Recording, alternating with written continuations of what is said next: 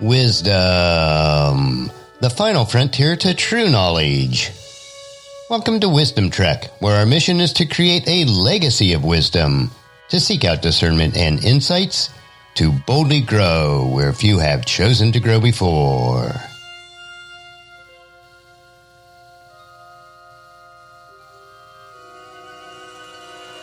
Hello, my friend. I am Guthrie Chamberlain, your captain on our journey to increase wisdom and create a living legacy. Thank you for joining us today as we explore wisdom on our second millennium of podcast. This is day 1473 of our trek, and our focus on Friday is future technologies and societal advances. So we call it Futuristic Friday. My personality is one that I've always been very future-oriented, and still am. Since my childhood, I have yearned for the exploration and discovery of new technologies and advancements for the future. I grew up on the original Star Trek series, and even today, as I am now on my 65th revolution around the sun, I still dream of traveling in space. Each week we will explore rapidly converging technologies and advancements, which will radically change our lives. At times, the topics may sound like something out of a science fiction novel, but each area we explore is already well on its way on becoming reality over the next couple of decades. To keep our theme of Ask Gramps, I will put our weekly topics in the form of a question to get us on track. So this week's question is, Hey Gramps, how will some of these new technologies help us in search and rescue during a natural disaster or other crisis? So today our focus will be on AI, robots, and drones. Last week our focus was on transportation, flying cars, and the rise of ride-sharing. This week we will learn how AI, robots, and drones can assist during natural disasters and man-made disasters. I am using some of the information mentioned in Peter Diamandis' blog and his book, The Future is Faster Than You Think. Between 2005 and 2020, natural disasters have claimed the lives of over 750,000 people, and resulted in a total damage of more than $2 trillion. During the past 50 years, the frequencies of recorded natural disasters have surged nearly fivefold.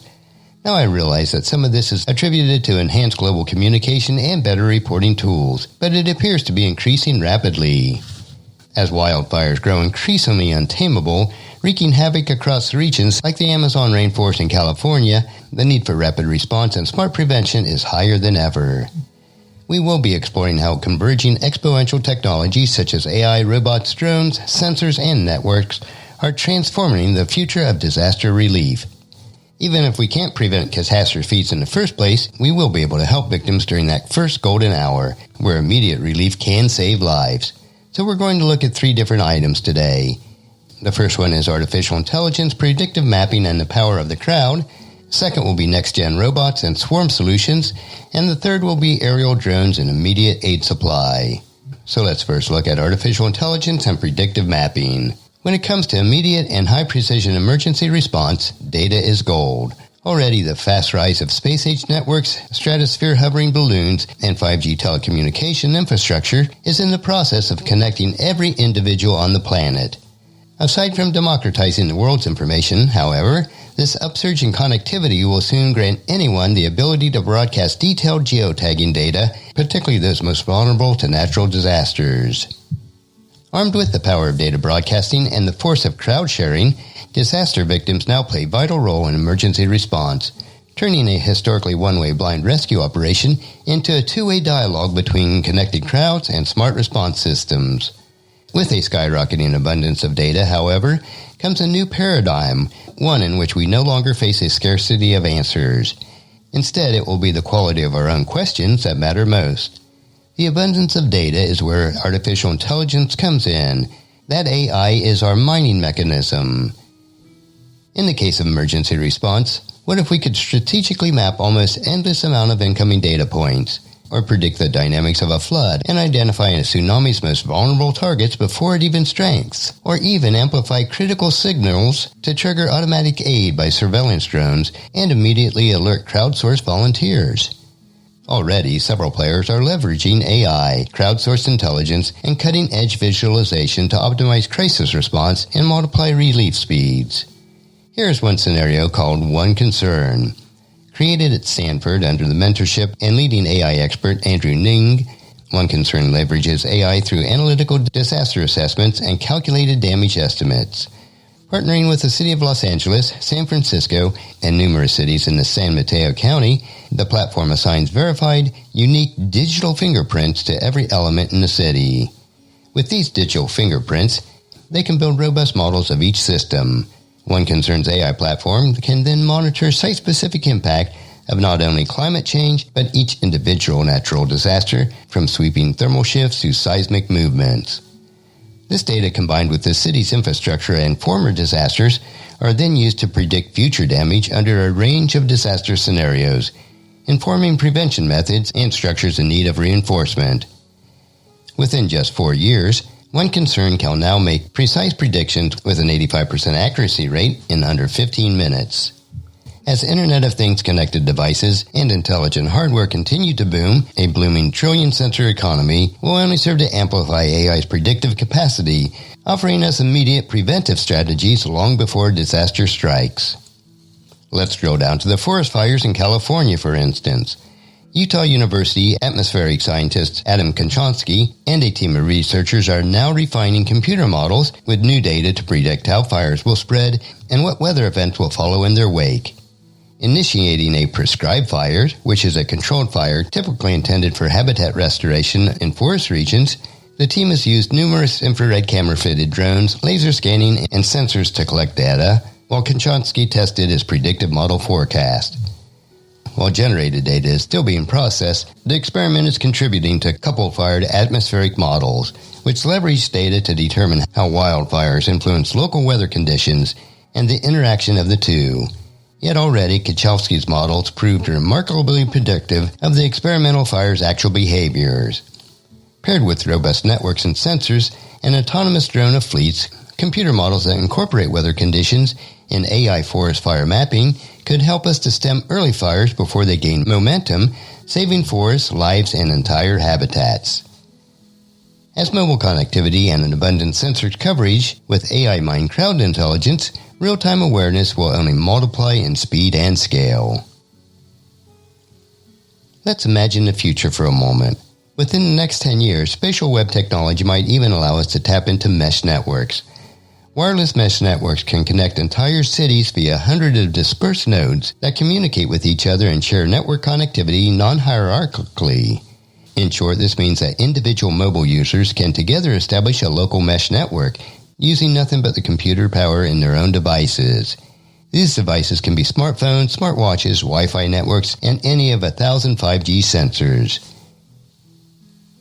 Take this step further, and a local population of strangers can collectively broadcast countless 360-degree feeds across the local mesh network without even realizing that they are contributing to help benefit others locally or even globally. Imagine a scenario in which armed attacks break out across disjointed urban districts. Each cluster of eyewitnesses and at-risk civilians can be broadcasting on an aggregate 360-degree of video and sound, all fed through photogrammetry AIs that build out live holograms in real time, giving family members and first responders complete information. Another example could be a coastal community in the throes of torrential rainfall and failing infrastructure. Now empowered with collective live feeds from a myriad of sensors, verification of data report takes a matter of seconds, and rich layered data can inform first responders and AI platforms with unbelievable accuracy and specificity of relief needs. By linking all the right technological pieces, we might even see a rise of automated drone deliveries. Imagine, crowdsourced intelligence is first cross-referenced with sensor data and then verified by the AIs. Artificial intelligence is then leveraged to determine a specific need and degree of urgency with all precise coordinates. Within minutes, once approved by personnel, swarm robots rush to collect requisite supplies, equipping size-appropriate drones with the right aid and rapid-fire delivery. Thinking through these scenarios brings us to a second critical convergence, robots and drones. While cutting-edge drone technology revolutionizes the way we deliver aid, new breakthrough AI-geared robots are paving the way for superhuman emergency responses in some of today's most dangerous environments. Let's explore a few of these most disruptive examples that today are reaching their testing phase. This is going to be under a section called Autonomous Robots and Swarm Solutions. As hardware advancements converge on exploding AI capabilities, disaster relief robots are graduating from assistance roles to fully autonomous responders at a breakneck pace. Created in MIT's Biometric Robotics Lab, the Cheetah 3, which sort of looks like a headless dog, is but one of many robots that may form the first line of defense in everything from earthquake search and rescue missions to high-risk ops in dangerous radiation zones. These robots already have the capability of running 6.4 meters or 21 feet per second. Cheetah 3 can even leap the height of 60 centimeters or 2 feet vertically and autonomously determine how to avoid obstacles and jump over hurdles as they arise. Initially designed to perform spectral inspection tasks in hazardous settings such as nuclear power plants or chemical factories, the Cheetah's various itinerations have focused on increasing payload capacity, range of motion, and even gripping functions with enhanced dexterity. As explained by the lab director and MIT's associate professor, Sang-Bi Kim, Cheetah 3 and future versions are aimed at saving lives in almost any environment. Examples are fire, contaminated areas, or high radiation situations where it may be impossible for a person to go in. We can send in the Cheetah robot to check if people are inside or assess the situation. The Cheetah 3 is just one example. In 2019, Tokyo's electronic power company put one of its own robots to a test. Since the first time since Japan's devastating 2011 tsunami, which led to 3 nuclear meltdowns in the nation's Fukushima nuclear power plant, a robot has successfully examined the reactor's fuel. There is no longer a need to risk human life. Processing with a built-in camera, the robot was able to retrieve small chunks of radioactive fuel at 5 of the 6 test sites, offering tremendous promise for long-term plans to clean up the still deadly interior. Another example in Japan, Mitsubishi's Heavy Industries is even using robots to fight fires with full autonomy. In a remarkable new feat, this water cannon bot can now put out blazes in difficult-to-access or highly dangerous fire sites, delivering foam or water at 4,000 liters, that is 1,056 gallons per minute, with 1 megapascal of pressure. The cannon bot and its accompanying hose extension bot even form part of a greater AI-geared system to conduct reconnaissance and surveillance on larger transport vehicles. As wildfires grow even more untamable, high-volume production of such bots could prove to be a real lifesaver. Paired with predictive AI forest fire mapping and autonomous hauling vehicles, not only will solutions like Mitsubishi's cannon bot save numerous lives, they'll also avoid population displacement and paralyzing damage of our natural environment before disaster has a chance to spread. We could certainly use this in California and Arizona even today. We will reach large quantity production of these units within the next few years. Even in cases where emergency shelter is needed, groundbreaking, literally, robotic solutions will soon be available to rescue humans. Let's move on to a different example in the building industry.